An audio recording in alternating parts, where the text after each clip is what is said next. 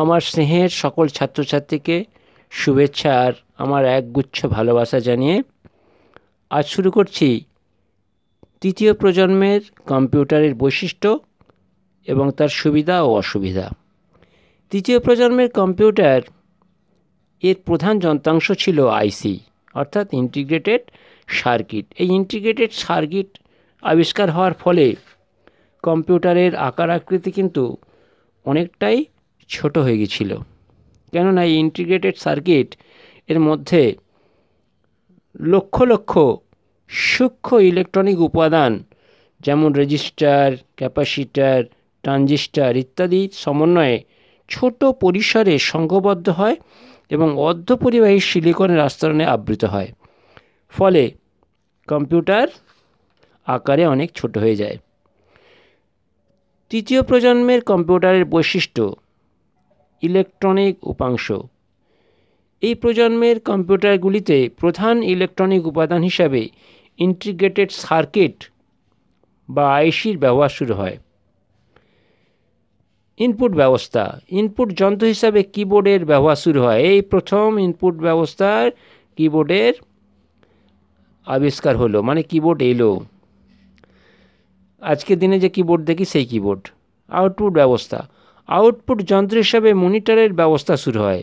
তাহলে এই তৃতীয় প্রজন্মে মনিটর এসে গেল, যে মনিটরে আমরা আজকে ফলাফল দেখতে পাই বা আউটপুট দেখতে পাই।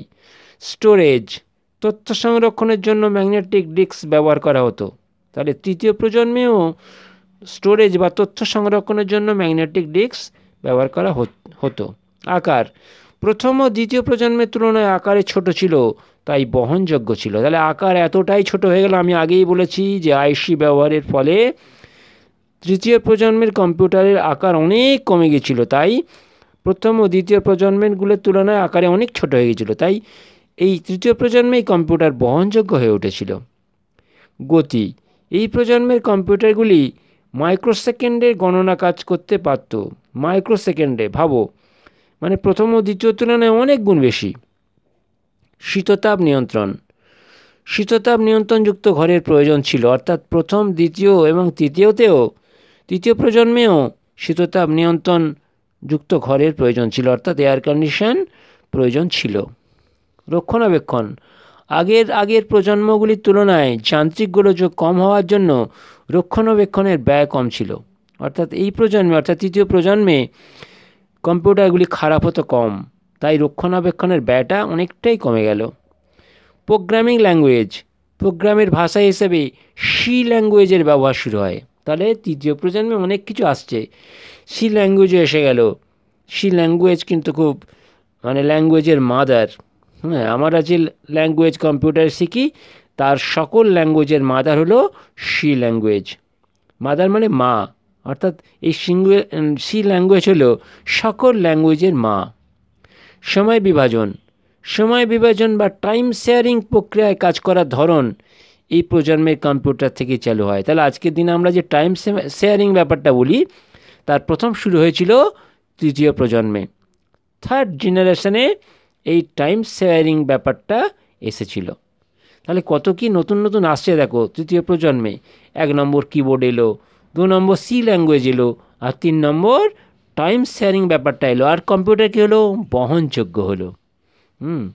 এবার তৃতীয় প্রজন্মের কম্পিউটারের সুবিধা আর অসুবিধা। তৃতীয় প্রজন্মের কম্পিউটারের সুবিধা অসুবিধা। সুবিধা 1, আগের প্রজন্মের কম্পিউটারগুলির তুলনায় আকারে ছোট হয়, সহজেই বহন করা যেত। তাহলে কী হলো, বহনযোগ্য হয়ে উঠল। দ্বিতীয় প্রজন্মের কম্পিউটারগুলির তুলনায় বেশি বিশ্বাসযোগ্য ছিল। তাহলে দ্বিতীয় এবং প্রথম প্রজন্মে যে বিশ্বাসযোগ্যতা ছিল না, তার থেকে অনেক বেশি বিশ্বাসযোগ্য ছিল তৃতীয় প্রজন্মে।